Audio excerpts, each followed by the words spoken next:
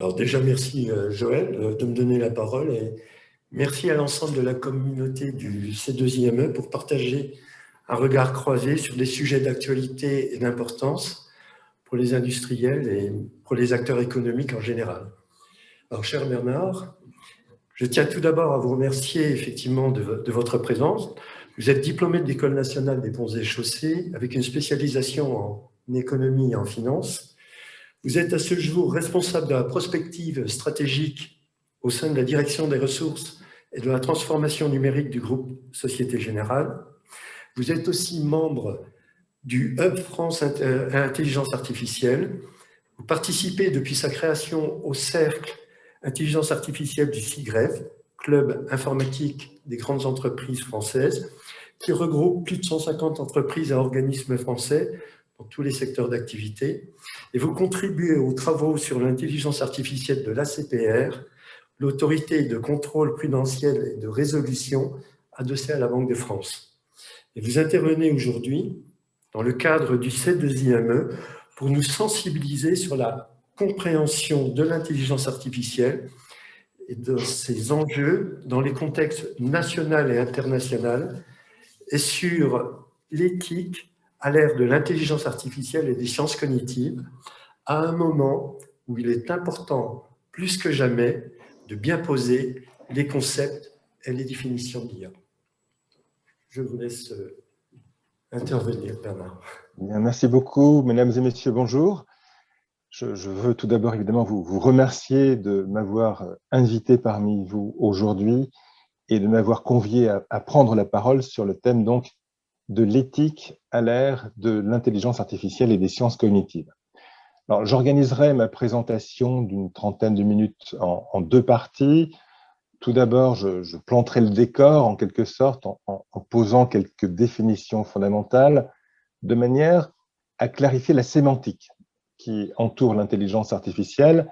Puis, en seconde partie, j'aborderai les questions d'ordre éthique que soulève l'usage de l'intelligence artificielle, questions qui, vous le savez, deviennent de plus en plus sensibles au cœur de la société. Et je ferai au passage un bref rappel pour redire ce qu'est l'éthique versus la morale et versus le droit, puisque là aussi, il y a parfois quelques interrogations sur le sens précis des mots. À l'issue de la présentation, je serai bien sûr ravi de pouvoir échanger et de répondre à vos questions. Alors, donc, commençons. Je ne sais pas ce que vous voyez précisément pour l'instant. Voilà. De manière pratique, au quotidien, nous le percevons tous, je crois, l'expression intelligence artificielle a quelque chose qui nous met en réalité relativement mal à l'aise. En effet, parler d'intelligence artificielle, et donc d'intelligence, à propos de machines ou de logiciels, alors qu'il nous est souvent difficile au fond de définir ce qu'est l'intelligence humaine, peut, je crois, à juste titre nous paraître quelque peu étrange, voire dérangeant. Ce que je souhaite partager avec vous au cours des minutes à venir, c'est une approche qui consiste à remettre en perspective la notion d'intelligence humaine, plus généralement les principales notions associées à la cognition humaine, la connaissance, l'intelligence, la conscience, et ce, avant même que nous cherchions à transposer ces notions dans le monde des systèmes artificiels. Ce préalable, qui repose notamment sur le sens des mots et sur le sens commun, c'est ma conviction profonde, tout à fait indispensable si nous voulons éviter de nous laisser égarer par de nombreux discours ou de nombreuses publications qui font de l'expression intelligence artificielle une sorte d'expression valise un peu fourre-tout. De manière très concrète, cette mise en ordre du vocabulaire peut s'opérer à partir de ce que j'ai nommé une pyramide cognitive, c'est-à-dire une représentation par ordre de complexité croissant des différentes notions relatives à la cognition humaine.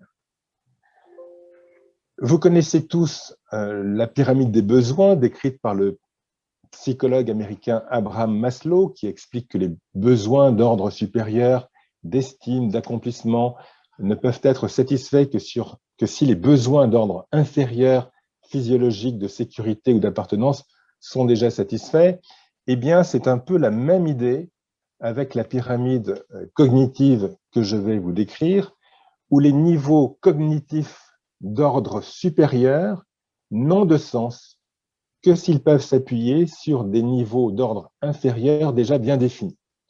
Alors, je ne vais pas vous faire attendre davantage, et pour être très explicite, je vais commenter les 5 niveaux de cette pyramide cognitive qui va de sa base à son sommet, de la donnée à l'information, à la connaissance, à l'intelligence, jusqu'à la conscience.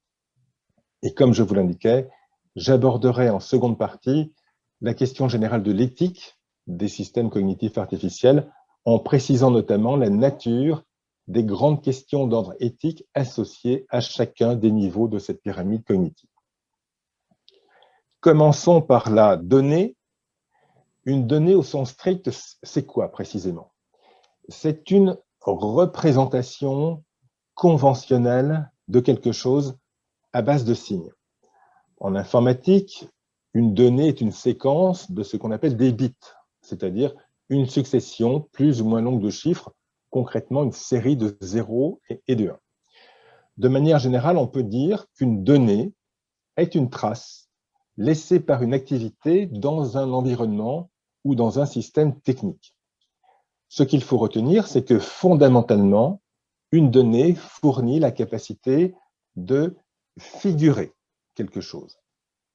Alors, à titre d'illustration, avant la découverte de la pierre de Rosette en 1799 pendant l'expédition d'Égypte de Bonaparte et le déchiffrage de cette pierre par Champollion, eh bien, les hiéroglyphes n'étaient à proprement parler que des données.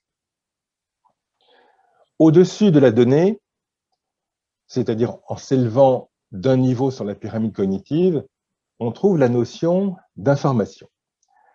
L'information, je ne vous apprends rien, c'est une donnée qui est signifiante, c'est-à-dire une donnée à laquelle on attache une sémantique. C'est-à-dire qu'il y a, à côté de la donnée d'origine, quelque chose qu'on appelle une balise ou une métadonnée qui nous dira, par exemple, que 3,14 est la valeur approximative du nombre pi ou que 300 mètres est la hauteur approximative de la tour Eiffel. Fondamentalement, l'information fournit la capacité à modéliser et à prévoir. Nous sommes ici dans l'univers des systèmes d'information, ce qu'on appelle en anglais aussi le machine processing, développé depuis la création des ordinateurs, qu'il s'agisse par exemple de systèmes de météorologie, de systèmes de gestion dans les entreprises de services ou des systèmes de commande et de contrôle dans le secteur de l'industrie. Aujourd'hui, la quasi-totalité des systèmes techniques qui utilisent des composants électroniques fonctionnent dans ce registre des systèmes d'information. Montons encore d'un niveau sur la pyramide cognitive, nous arrivons à la notion de connaissance. Alors, une connaissance de premier niveau, par différence avec une connaissance de deuxième niveau que j'évoquerai plus loin. Avoir appris quelque chose, avoir connaissance de quelque chose, c'est avoir mémorisé une corrélation d'informations, quelle que soit la nature de cette corrélation, qu'il y ait ou non rapport de causalité.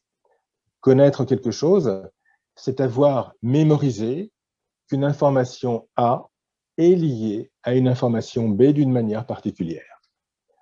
Fondamentalement, la connaissance procure par extrapolation la capacité à prédire. Prédire, c'est littéralement s'appuyer sur une connaissance issue du passé et dire « il est probable » en première hypothèse, que le futur ressemblera au passé. Alors, nous sommes cette fois non plus dans le simple domaine des systèmes d'information, mais dans celui de systèmes d'apprentissage. En anglais, ce qu'on nomme le machine learning, composé notamment de bases de données géantes, ce qu'on appelle le big data, et de traitements mathématiques permettant de rechercher des corrélations statistiques implicites dans les informations, ce qu'on nomme en anglais les analytics. Je vais un peu vite, voilà. Les systèmes d'apprentissage, autrement dit, les systèmes de connaissances artificielles, constituent depuis quelques années une avancée majeure par rapport au simple système d'information, puisqu'ils permettent d'augmenter considérablement la connaissance que nous pouvons construire autour d'un objet d'étude. Par exemple, une entreprise peut augmenter la connaissance qu'elle a de ses clients afin d'améliorer ses offres de services ou augmenter la connaissance des forces et faiblesses de sa propre organisation. Montons encore d'un niveau sur la pyramide cognitive, nous parvenons maintenant à la notion d'intelligence. Alors, chacun de nous perçoit, tout au moins de manière intuitive, l'existence d'une différence importante entre la connaissance et l'intelligence. Par exemple, un parent, un professeur qui souhaite tester le niveau de connaissance d'un enfant lui dira probablement « trouve la bonne réponse ». En revanche, si ce parent ou ce professeur cherche à stimuler l'intelligence de l'enfant, il lui dira simplement « pose-toi les bonnes questions ». C'est en réalité cela l'intelligence. C'est la capacité, par la raison ou par l'imagination, à prospecter, donc à se perdre volontairement et au hasard dans le champ des possibles. C'est la capacité au passage à se poser les bonnes questions, et il faut terminer la phrase, bonne par rapport à quelque chose ou à quelqu'un, en essayant de se mettre à la place de cet autre, en se glissant dans le système de valeurs de cet autre. Qui est cet autre? Quels sont ses intérêts? Que ressent-il?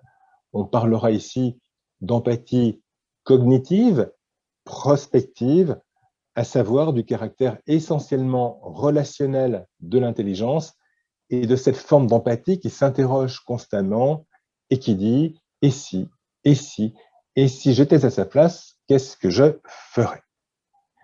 En conséquence, l'intelligence, parce qu'elle est capable de prospecter, donc de manière très générale de repérer les contours et les répétitions de formes, eh bien l'intelligence est aussi capable de factoriser, donc d'abstraire des connaissances sous forme de concepts et de relier ces concepts à d'autres concepts déjà existants. L'intelligence permet ainsi de tisser et d'étendre un réseau sémantique. Pour résumer, l'intelligence, en développant des capacités de prospection et d'abstraction, se définit fondamentalement comme la capacité à comprendre, littéralement à saisir avec, à saisir les rapports qui existent entre les objets et les êtres. L'intelligence, en un mot, permet donc de s'adapter. Nous sommes ici dans le domaine de l'intelligence artificielle dite faible, qu'on nomme en anglais le machine reasoning, combinant par exemple des algorithmes exploratoires à base de systèmes multi-agents avec des algorithmes d'apprentissage profond, ce qu'on nomme, vous le connaissez, le deep learning. Vous voyez que ce qui compte ici, ce n'est pas tant la donnée, l'information, la connaissance, que l'existence d'algorithmes capables d'explorer et d'abstraire. Montons encore d'un dernier niveau sur la pyramide cognitive, nous parvenons au concept de conscience qu'il faut évidemment appréhender de manière quasiment philosophique. La conscience est associée à la faculté de penser, c'est-à-dire à la faculté de ressentir qui ouvre elle-même la voie à la faculté de subjectiver. Concrètement, ressentir, c'est ressentir au travers des interactions développées avec les autres, au travers des émotions développées dans ces interactions, émotions intériorisées, stabilisées sous forme de sentiments, et par-dessus lesquelles se construit un système de pensée. Le mot émotion signifie littéralement, de par son origine latine, ce qui nous met en mouvement. et ce qui nous trouble. La conscience, c'est aussi la faculté de subjectiver, de se faire sujet. Plus précisément, c'est cette capacité pour une entité à opérer un double mouvement de différenciation, d'individuation. D'une part, l'entité consciente se constitue en tant que singularité, en se distinguant des autres entités présentes autour d'elle. Ainsi, chacun de nous, à tout moment, peut dire « je ne suis pas un autre ». Et d'autre part, cette même entité consciente, qui est capable à tout moment d'exister et de se regarder exister, de fait, se dédouble en se constituant à la fois comme objet et comme sujet. Ainsi, chacun de nous peut reprendre cette très belle formule d'Arthur Rimbaud en disant « je est un autre ». La conscience est associée à la faculté de s'autoproduire. Elle suppose une intentionnalité ainsi qu'une capacité réflexive, en l'occurrence une intelligence de soi. Ainsi, juger et oser, par exemple, suppose de se situer dans le registre de la conscience. Concrètement, une entité consciente, je viens de l'indiquer, quelle que soit sa nature, biologique ou artificielle, est capable, dans un même temps, sur deux plans parallèles, d'agir et de s'observer elle-même en train d'agir. La conscience, en tant que capacité d'introspection, permet de donner corps à plusieurs concepts dérivés que nous connaissons tous bien, tels que la connaissance, mais alors cette fois-ci avec un grand C, une connaissance de deuxième niveau, c'est-à-dire la sublimation des savoirs, telle que l'exprime par exemple Edgar Morin, mais aussi la sagesse, c'est-à-dire une connaissance juste des choses, ce qui implique une notion d'éthique, ou encore l'altruisme, qu'il s'agisse de l'empathie émotionnelle, de la sympathie ou encore de la faculté de compassion. Nous sommes ici, pour ce qui concerne les systèmes artificiels, dans l'univers de l'intelligence artificielle dite forte, qu'on appelle aussi intelligence artificielle générale ou encore conscience artificielle ou machine pensante, ce qu'on nomme en anglais le machine thinking.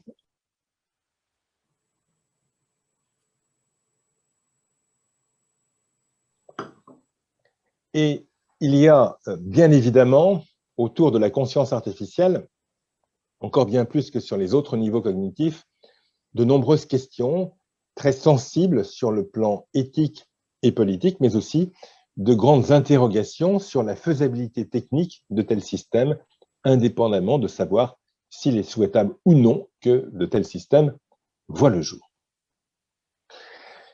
En résumé, si vous souhaitez disposer d'une définition de l'intelligence artificielle, je vous propose la formulation suivante. On peut définir un système d'intelligence artificielle comme un ensemble de technologies visant à répliquer des capacités cognitives humaines pour atteindre des objectifs en tenant compte des contraintes et des obstacles de l'environnement. Et si vous souhaitez exclure explicitement de cette définition toute référence à la conscience artificielle, en pensant que c'est tout à fait prématuré d'y faire référence, vous devrez apporter une restriction à propos des objectifs en précisant pour atteindre les objectifs qui lui sont assignés pour exclure toute possibilité d'intentionnalité, c'est-à-dire la possibilité pour un système de se fixer ses propres objectifs. Alors voilà pour ce qui est des définitions des 5 niveaux de la pyramide cognitive et de la mise en correspondance entre la cognition humaine et la cognition artificielle. Nous allons maintenant pouvoir aborder l'une des grandes questions du moment qui intéresse à juste titre tant les pouvoirs publics que les entreprises, celle de l'éthique de l'intelligence artificielle ou plus généralement, si nous voulons maintenant être précis, de l'éthique des systèmes cognitifs artificiels. Mais avant cela, prenons le temps de redire ce qu'est précisément l'éthique et ce qu'elle n'est pas, tant cette notion est souvent ou mal comprise ou instrumentalisée. Alors, qu'est-ce que l'éthique? Tout d'abord, il est important de rappeler que la morale, l'éthique et le droit ne se confondent pas, même si ces trois notions entretiennent des rapports étroits. On pourrait tout résumer d'une phrase en disant que la morale commande, que l'éthique recommande et que le droit décide. Alors, parcourons rapidement ces trois notions. Tout d'abord, qu'est-ce que la morale? La morale définit ce qui est bien ou bon. La morale est en quelque sorte une norme commune d'application obligatoire. Le bien, les valeurs, ce qu'on nomme habituellement les vertus, l'honnêteté, la prudence, le courage, la douceur, la générosité, la sympathie, sont du registre de la morale. La morale est ce qu'on appelle un impératif. La morale dit simplement « tu dois », « vous devez », « nous devons » faire ceci ou cela, et l'action n'est alors subordonnée à aucune condition. La conscience agit alors par devoir, et la morale, en définissant des devoirs face à l'humain, renvoie à l'universel. Alors voilà pour la morale. Maintenant, qu'est-ce que l'éthique? L'éthique définit non pas ce qui est bon ou bien comme la morale, mais vise ce qui est juste. L'éthique, qui vient du mot ethos en grec, c'est le domaine du comportement. L'éthique suppose un choix ou une action s'inscrivant dans le réel pour agir sur le réel. De manière encore plus précise, l'éthique renvoie à l'idée d'un comportement équitable qui ne laisse personne, d'un comportement juste dans le double sens de justice et de justesse, de ce qui est bien réglé. C'est Aristote qui énonçait dans son Éthique à Nicomaque, 4 siècles avant Jésus-Christ, que la nature de l'équitable est d'être un correctif de la loi. L'éthique nécessite donc une mise en regard, une confrontation entre des repères, les principes issus de valeurs et du droit, et la réalité vécue, c'est-à-dire un contexte, avec ses contraintes, avec des faits, des pratiques, des jeux de relations. Alors, les valeurs, vous les connaissez, ce sont bien sûr les valeurs réputées universelles, les vertus que je viens d'évoquer, mais ce sont aussi les valeurs qui correspondent à la raison d'être ou à la raison d'agir d'un collectif, d'une entreprise ou d'une organisation. Cette recherche de ce qui est juste nécessite bien évidemment une démarche d'appropriation, de confrontation de points de vue, de délibération et de construction d'un chemin à travers un dialogue raisonnable, c'est-à-dire fondé sur la raison, le bon sens, la mesure et la réflexion. L'éthique, donc, en soumettant ses choix et ses actions à l'approbation du collectif, renvoie à l'humanité, par opposition à l'universel et à l'intemporel, car il n'y a pas de vérité éthique déjà établie, valable à l'identique, en tout lieu, en tout temps ou en toutes circonstances. En définitive, je vous suggère de retenir la formulation suivante pour définir ce qu'est l'éthique. L'éthique est la recherche, au travers d'un dialogue raisonnable, d'une mise en pratique la plus juste possible de principes relevant de valeurs et du droit. En conséquence, développer une éthique, y compris une éthique de l'intelligence artificielle, c'est vouloir établir, partager et mettre en œuvre un corpus de réflexion et de bonnes pratiques permettant d'agir en responsabilité. Ce qui fait notamment ressortir 3 axes de responsabilité. Le premier axe, c'est la responsabilité de soi et de ses actes devant les autres, c'est donc l'approche juridique. Le deuxième axe, c'est la responsabilité envers les personnes vulnérables. C'est l'approche du philosophe Emmanuel Lévinas qui nous dit que l'univers de la responsabilité morale n'est pas le monde de la réciprocité, mais c'est celui de la dissymétrie, de l'attention bienveillante et du souci pour l'autre. Devant les souffrances de l'autre, chacun de nous est en quelque sorte interpellé, assigné à la responsabilité. Le troisième axe, c'est la responsabilité envers les générations futures. C'est l'approche d'un autre philosophe, Hans Jonas, qui nous dit qu'être responsable, c'est se soucier de l'avenir et le protéger pour nos descendants des conséquences de nos actions présentes. Alors, je ne vais pas développer davantage. Ce qui est essentiel ici, c'est donc que l'éthique est directement adossée à une notion de responsabilité au sens de la responsabilisation de chacun et de son implication. Enfin, qu'est-ce que le droit? Je vais le redire rapidement en quelques mots. Le droit définit les règles à respecter, édictées par une autorité légitimée et bien sûr inflige des sanctions lorsque ces règles ne sont pas respectées. Mais le droit, il faut le rappeler, vise tout d'abord à protéger, à fluidifier, à pacifier les rapports au sein de la collectivité humaine. Vous connaissez la phrase d'Henri Lacordaire au XIXe siècle qui rappelle qu'entre le fort et le faible, entre le riche et le pauvre, entre le maître et le serviteur, c'est la liberté qui opprime et la loi qui affranchit. Alors, quel est le rapport entre le droit d'un côté et la morale et l'éthique de l'autre? Eh bien, le droit n'est fondamentalement ni une morale ni une éthique, sauf à faire régresser la société, même si le droit s'approprie, et fort heureusement, des pans entiers de morale et d'éthique lorsque ceux-ci font durablement consensus dans la société. Ainsi, une société où le droit serait le miroir de la morale, mais alors, quelle morale? Imposerait nécessairement, mécaniquement, la vision d'un groupe à tous et glisserait, disons, vers une forme de totalitarisme. Quant à l'éthique, qui par définition a besoin de faire dialoguer tout un collectif, elle ne saurait être le domaine réservé d'experts, aussi brillants soient-ils.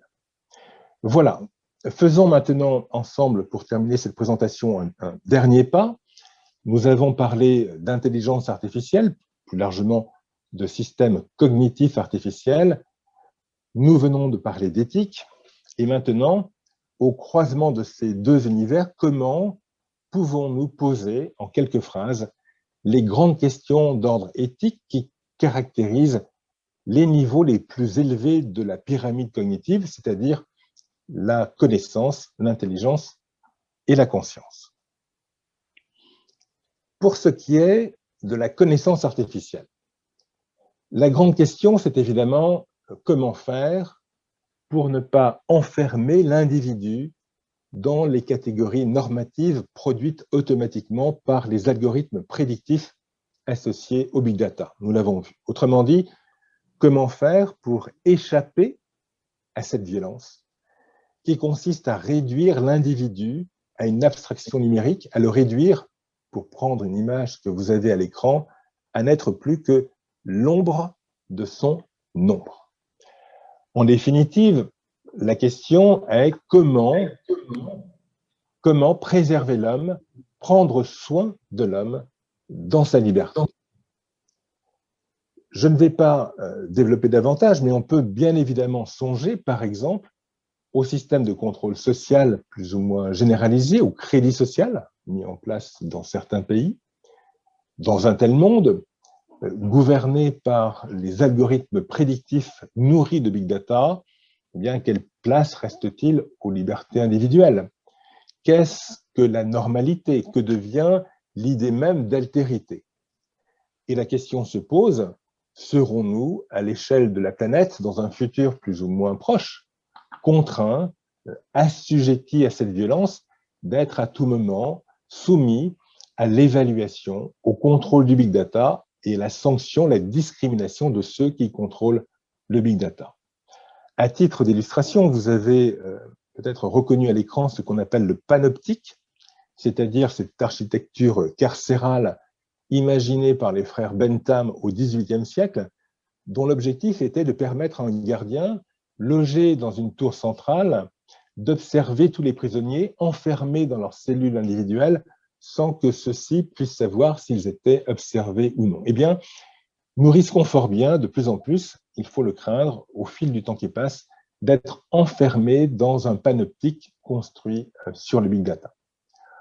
Aujourd'hui, à l'ère du numérique, et plus précisément de la connaissance artificielle, la question se pose de savoir comment faire exister et coexister les pouvoirs et les contre-pouvoirs, nous garantissant notre liberté. qui sera encore en situation de statuer? Quels seront les processus démocratiques permettant d'aborder toutes ces questions? Aurons-nous encore la possibilité de développer de vraies utopies pour continuer de donner du sens à l'idée de faire société? Alors on le sait et on le voit bien ici, ce n'est pas tant la machine qui est à craindre, évidemment, dans ce cas les systèmes de connaissances artificielles, que les humains qui seront derrière et qui en auront la maîtrise et le contrôle. Sur toutes ces questions, on comprend bien que l'éducation jouera un rôle fondamental pour, dès le plus jeune âge, apprendre à questionner et faciliter le développement d'un véritable humanisme numérique et d'une démocratie véritablement capable d'intégrer ce numérique. Montons maintenant d'un niveau sur la pyramide cognitive. Pour ce qui est de l'intelligence artificielle, la question est plutôt comment faire pour mettre en place des mécanismes de supervision des algorithmes, cette fois-ci prospectifs, permettant de limiter leur pouvoir exploratoire à des domaines respectueux de la vie personnelle, de la vie privée et à des formes de questionnement socialement acceptables. Autrement dit, comment préserver l'homme, prendre soin de l'homme dans son intimité personnelle, privée et sociale. Alors là aussi, je ne vais pas développer, mais on le devine.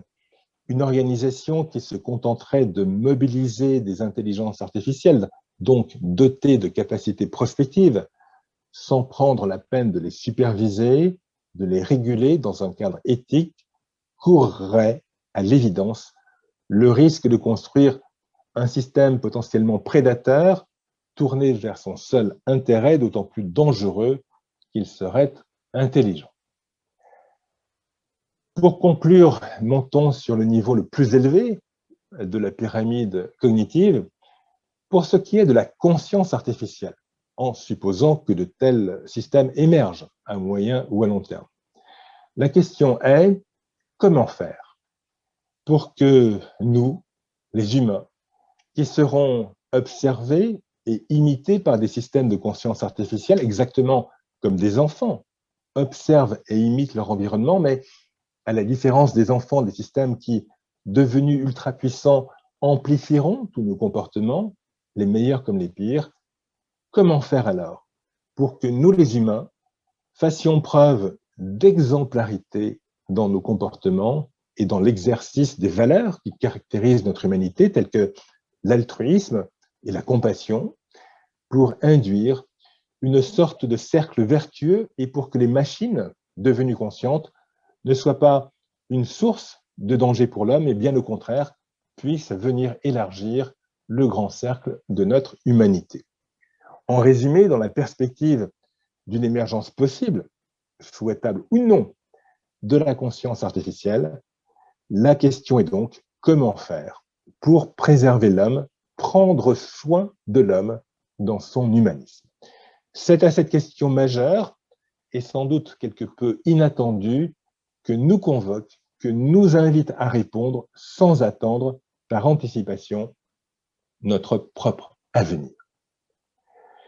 Pour conclure, je voudrais partager avec vous ces deux convictions qui sont dans le même temps deux recommandations. La première est qu'il est impératif, comme à chaque fois que l'on réfléchit à l'homme en coévolution avec un objet technique, d'aborder l'intelligence artificielle, donc les systèmes cognitifs artificiels, dans toutes ses dimensions, techniques bien sûr, mais aussi anthropologiques, donc éthiques. Ma seconde conviction et recommandation est que dans cette perspective d'un homme souhaitant agir en responsabilité, il est impératif et vital d'introduire, de réintroduire au travers d'approches inter- et transdisciplinaires l'ensemble des humanités au sein de toutes les organisations humaines, qu'elles soient publiques ou privées, les humanités, c'est-à-dire les sciences humaines et sociales, la philosophie, les arts, mais aussi les mathématiques, les sciences de la vie et de la matière et la technique, c'est-à-dire tout ce qui est constitutif de notre savoir et qui nous préserve dans notre humanisme. Je vous remercie de votre attention. Alors, tout d'abord, merci Bernard, pour votre brillante intervention.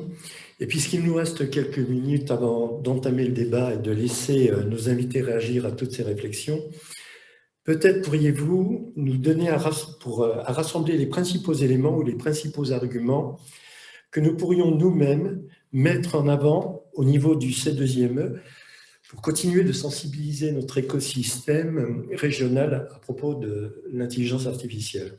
Alors tout d'abord, en rappelant de manière très macro les principaux enjeux liés à l'IA, puis en revenant sur l'importance de disposer d'une définition claire de l'intelligence artificielle et sur la manière d'envisager la nature du lien qui pourra s'établir entre l'homme et la machine au cours de ces prochaines années. Et enfin, en élargissant au-delà de la technique, en regardant comment il est ou il sera possible de réintégrer l'IA dans l'humain et dans la culture. Merci Didier pour toutes ces questions. Je pense effectivement qu'il ne faut surtout pas hésiter à souligner constamment quelques fondamentaux. Alors, quels sont-ils? Pour ce qui est des principaux enjeux liés à l'intelligence artificielle, il faut rappeler que l'IA, avec quelques autres innovations de rupture telles que les plateformes digitales, l'Internet des objets, l'informatique quantique ou la blockchain, est au cœur des enjeux de transformation et de digitalisation de nos sociétés et de nos économies, au sens où la révolution digitale est une révolution numérique, c'est-à-dire technologique, augmentée d'une révolution relationnelle, c'est-à-dire des usages. Il faut rappeler aussi que l'IA est un domaine d'innovation qui nécessite une attention particulière, nous l'avons vu, en raison de son caractère spécifique, le cognitif, et de ses implications anthropologiques et éthiques. Là aussi, nous l'avons largement développé. On peut bien sûr rappeler que le développement de l'intelligence artificielle sera de plus en plus stimulé par la disponibilité de données de plus en plus abondantes, par des puissances de calcul de plus en plus élevées et par l'essor des sciences cognitives. Que le développement de l'intelligence artificielle est rapide dans un nombre toujours croissant de secteurs et de cas d'usage, et que cela permet notamment d'enrichir en qualité et en intensité les interactions des entreprises avec leurs parties prenantes, clients, fournisseurs, collaborateurs. Et que dans un tel contexte, les technologies d'intelligence artificielle sont autant d'opportunités d'amélioration de l'expérience client en termes de proximité, fluidité, personnalisation, d'augmentation de la productivité et, si possible, du bien-être des collaborateurs. Là, tout dépend de la manière dont chaque entreprise se saisira du sujet, en les déchargeant potentiellement des tâches les plus répétitives au profit de tâches potentiellement plus créatives et à plus haute valeur ajoutée. Il faut aussi rappeler que l'IA donne la possibilité de renforcer les fonctions de conformité ou de gestion du risque au sein des entreprises pour s'adapter notamment à des problématiques de risque de plus en plus complexes. Alors, je vous donne l'exemple de la banque avec la lutte contre le financement du terrorisme, la lutte contre le blanchiment ou la lutte contre la fraude. Autre point clé sur lequel il faut insister, c'est bien sûr la question de la définition pour amener vos interlocuteurs à préférer l'expression système cognitif artificiel à celle d'intelligence artificielle, nous l'avons vu, souvent trop floue ou ambiguë ou trop réductrice. Il faut aussi avoir à l'esprit qu'il y a parfois des problèmes de langue ou de traduction, car le mot intelligence est polysémique. Dans certains contextes, il signifie collusion, complicité, comme dans l'expression être d'intelligence avec quelqu'un. Et surtout, dans certaines cultures, le monde anglo-saxon notamment, il peut vouloir dire renseignement, comme avec le I d'intelligence, dans le nom des grandes agences de renseignement comme la CIA ou le MI6. Cependant, il est tout à fait clair pour tous les acteurs partout dans le monde travaillant spécifiquement sur le sujet de l'intelligence artificielle que dans l'expression intelligence artificielle, le mot intelligence fait explicitement référence aux facultés de l'esprit humain, à ses capacités cognitives et en particulier, comme nous l'avons vu ensemble, à la faculté de comprendre. Il faut aussi rappeler que l'intelligence artificielle est un objet auxiliaire de l'intelligence humaine. Alors, je m'explique.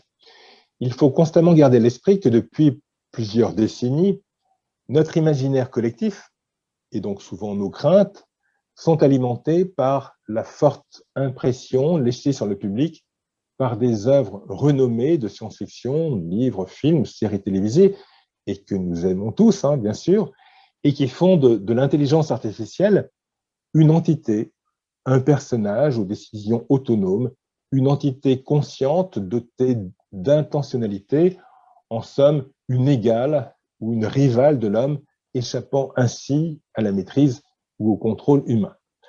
Or, il faut insister là-dessus, nous ne serons pas, pour le meilleur ou pour le pire, face à ce type d'intelligence artificielle avant de très très nombreuses années. Les IA conçues et développées aujourd'hui partout dans le monde ne sont que des objets techniques, donc potentiellement rien d'autre, mais c'est évidemment déjà considérable, qu'un objet auxiliaire de l'intelligence humaine. Et dans un tel contexte, il est d'une grande importance pour rester ancré dans la réalité économique et industrielle et atteindre un bon niveau d'acceptabilité sociale de l'intelligence artificielle que tous les acteurs en responsabilité, allant des académiques aux entreprises jusqu'au pouvoir public, fassent un effort substantiel de pédagogie pour démythifier l'intelligence artificielle, pour expliquer et rendre concret dans la réalité opérationnelle d'aujourd'hui ce qu'est l'IA, tout autant que ce qu'elle n'est pas, et ce que son usage peut apporter comme valeur ajoutée à l'individu et à la société. Enfin, il faut rappeler que l'intelligence artificielle est un artefact. Comme tout objet façonné par l'homme, l'intelligence artificielle constitue un phénomène, c'est-à-dire un objet technique et social à la fois, créé de toutes pièces par les conditions expérimentales qui président à son existence et à son fonctionnement, c'est-à-dire les contextes, les périmètres d'apprentissage et d'utilisation, les objectifs et les profils des concepteurs, des développeurs, des utilisateurs, mais aussi les facteurs psychologiques, les représentations sociales et culturelles. Le philosophe Gilbert Simondon, dans son célèbre ouvrage du mode d'existence des objets techniques, publié en 1958, a mis en évidence que la technique doit être comprise en tant que médiateur et non en tant qu'instrument, et qu'il s'agit de faire apparaître tout ce qu'il y a d'humain dans l'objet technique en prenant conscience que l'objet technique, en tant que produit des sociétés humaines, incorpore toujours des représentations, des valeurs et des rapports de force. Et donc, pour l'intelligence artificielle comme pour tout autre type de système technique, selon que ces conditions expérimentales sont ou non suffisamment perçues et analysées, le système d'IA est susceptible de faire apparaître, en cours d'utilisation, des effets inattendus, parfois peu perceptibles, en phase de conception. Voilà, cher Didier, pour les quelques grands rappels. Alors, quelles seraient vos recommandations sur les aspects réglementaires entourant l'intelligence artificielle, sur la question des risques associés à l'IA, et peut-être aussi sur les aspects économiques et culturels? Oui, bien sûr. Alors, sur les aspects réglementaires, comme il n'y aura pas à court ou à moyen terme d'intelligence artificielle forte, hein, nous l'avons vu, et que l'IA restera donc un objet technique parmi d'autres, avec certes quelques particularités, on peut souligner l'importance d'un principe qu'on appelle un principe de neutralité technologique, selon lequel il convient de s'appuyer principalement sur les cadres réglementaires existants, en les ajustant s'il le faut, et par exception, si nécessaire, d'établir des compléments de réglementation sur des points spécifiques. Alors, ce principe est très important si l'on veut maintenir une cohérence réglementaire par rapport à l'ensemble des technologies. Il faut aussi éviter, si l'on peut, l'émergence de réglementations trop prescriptives afin de conserver une certaine agilité des acteurs économiques européens vis-à-vis évidemment des États-Unis et de la Chine notamment, compte tenu du caractère très évolutif des systèmes d'intelligence artificielle. Sur la question des risques associés à l'intelligence artificielle, il faut sans doute élargir la notion de risque à tous les types de risques découlant de l'usage de l'IA et qui pourraient avoir des conséquences graves. Alors, cela va des risques d'intégrité physique, on pense évidemment aux véhicules autonomes, aux risques de manipulation de l'opinion, aux risques sur la démocratie, jusqu'aux risques psychosociaux et aux risques liés à ce qu'on nomme en anglais le nudge computing, c'est-à-dire les manipulations cognitives et affectives. Il faut aussi essayer de soutenir, si l'on peut, au niveau européen, à travers des règles communes, cette approche fondée sur les risques qui puisse être à la fois transsectorielle et de portée extraterritoriale. Sur les aspects économiques et culturels, pour promouvoir le développement de l'intelligence artificielle, il faut sans doute faciliter l'adoption de politiques fiscales incitatives, comme on a pu le faire sur d'autres sujets. Il est important aussi de favoriser les partenariats de recherche de taille critique, sectorielle ou intersectorielle, avec ou entre de grands établissements de recherche. Il faut aussi renforcer les liens entre les entreprises, les laboratoires et les universités.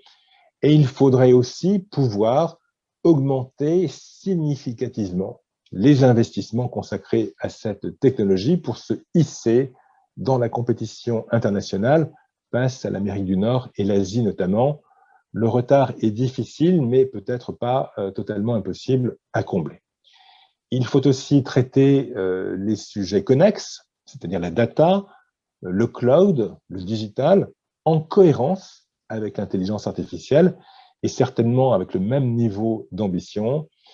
Il faut également s'appuyer sur les entreprises qui ont d'ores et déjà une importante force de frappe versus un tissu de petits acteurs innovants, mais qui auront du mal seuls à disposer de moyens suffisants.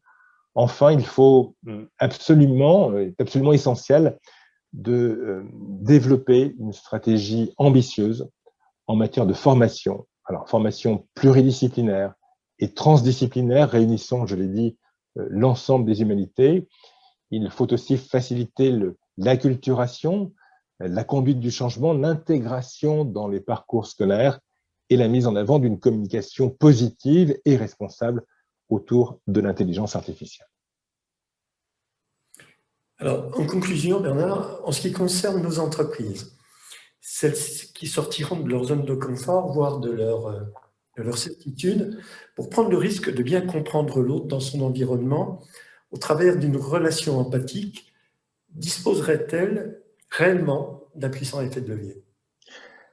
Alors oui, ce point est, me semble-t-il, tout à fait essentiel. En guise de conclusion, je voudrais rappeler que tout système vivant, qu'il s'agisse d'un organisme ou d'une organisation, n'existe qu'en interaction dans et avec un environnement.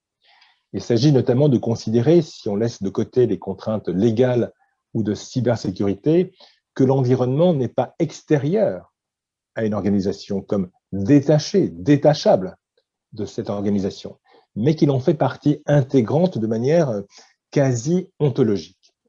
Autrement dit, il ne s'agit pas tant de recréer à l'intérieur de l'entreprise le monde extérieur, comme pour s'en protéger, entre guillemets, mais il s'agit d'agir dans le monde, avec le monde, d'agir le monde, tant pour en faire émerger une représentation intelligible et actionnable que pour nourrir durablement l'activité de l'entreprise. Ainsi, je dirais que dans tous les domaines, en fait, le paradigme général s'inverse. Il ne s'agit plus simplement pour les entreprises de pousser un peu plus loin ce qu'elles savent déjà faire, mais de se mettre à la place de l'autre, client, collaborateur, simple citoyen, d'aller le chercher là où il est. En un mot, il s'agit de développer des approches centrées sur l'individu, ses perceptions et son vécu, autrement dit, des approches centrées sur les interactions, leur potentiel et leurs valeurs. Je suis convaincu que pour une entreprise, une organisation, pour nous tous en réalité, tenter de se mettre honnêtement à la place de l'autre pour un minima essayer de le comprendre, c'est l'empathie cognitive, comprendre ses besoins, comprendre ses émotions, voire essayer de les ressentir, c'est l'empathie affective, eh bien c'est certainement l'un des principaux leviers, non seulement pour faire face au monde d'aujourd'hui, mais pour faire lien avec ce monde, non seulement pour continuer de nous élever en humanité, mais aussi de manière très concrète pour maintenir ou accroître l'efficacité ou la rentabilité des entreprises. Voilà, cher Didier. Merci.